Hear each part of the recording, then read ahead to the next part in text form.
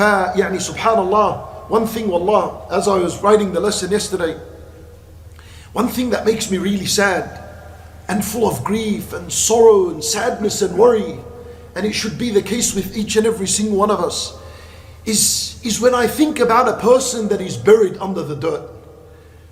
Yani, such people had a nice life, lived a comfortable life, whatever it is, and they would live to witness the 10 days of Dhul Hijjah and do nothing in these 10 days. These people are now in the grave and they can't wish to come back because that's impossible. They'll never come back until the day of judgment.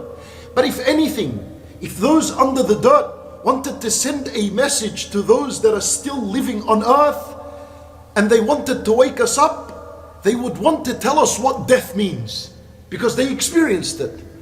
If it's one thing they want to send to us as a message, is they want to explain to us what death is.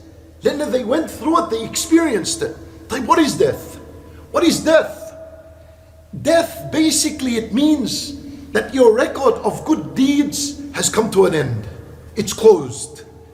Except what goodness that would carry on into your grave after your death.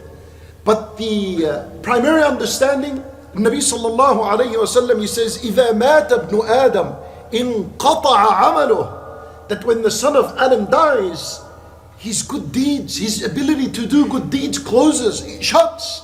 This is why in the Quran, when Allah described death, He described it as musibah.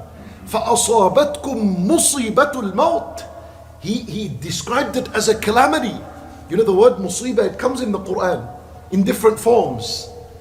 But the only one thing that Allah describes exactly as being a musibah is death. فَأَصَابَتْكُمْ مُصِيبَةُ الْمَوْتِ. Allah described death as a calamity. Why? Because the record, the book of good deeds has closed. That's it. The dead person, he doesn't have a night to get up and pray during. The dead person, he doesn't have a day in which he can fast. The dead person doesn't have the ability to carry a Quran. His eye doesn't function so that he looks into the Quran and reads. His eye doesn't function so that he can look up into the sky and say Subhanallah. His tongue doesn't function. He cannot say Alhamdulillah. The word one Alhamdulillah would fill the entire scale. Alhamdulillah tamla'ul mizan. The dead person can't do that anymore. You see why it's a musibah? The ability is gone, that's it. He has no more legs. They don't function. He cannot walk to the house of Allah, and he cannot perform a tawaf around the Kaaba. Finish, the abilities are gone. This is the message that the dead want to send to us.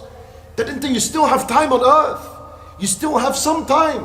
Whatever it is, it's all good. Any time you have on earth is good time. Any time is good time. Invest it properly and understand what kind of days we're in. Yani, subhanallah, wallahi, we don't know. We don't understand what is the feeling of a person that can no longer say astaghfirullah. What is the feeling of such people that can no longer say astaghfirullah? These were all good deeds for the dead. Time's up. Nothing, خلاص, nothing. لا ينفع نفسا إيمانها لم تكن آمنت من قبل أو كسبت في إيمانها خيرا. The door is closed. For anyone that wants to increase in his iman or accept iman, at that time the door's closed. Accept and believe what you want and add what you want, but nothing is accepted anymore. We will only know the value of these days when we become like them. When we're buried under the dirt, then that's the time we will find out and we'll really understand the value of these days. For the one who doesn't take these days seriously, I tell you, my brothers in Islam, the one who does not take these days seriously, he's not only losing on huge reward that these days offer, but you're losing more and more of that.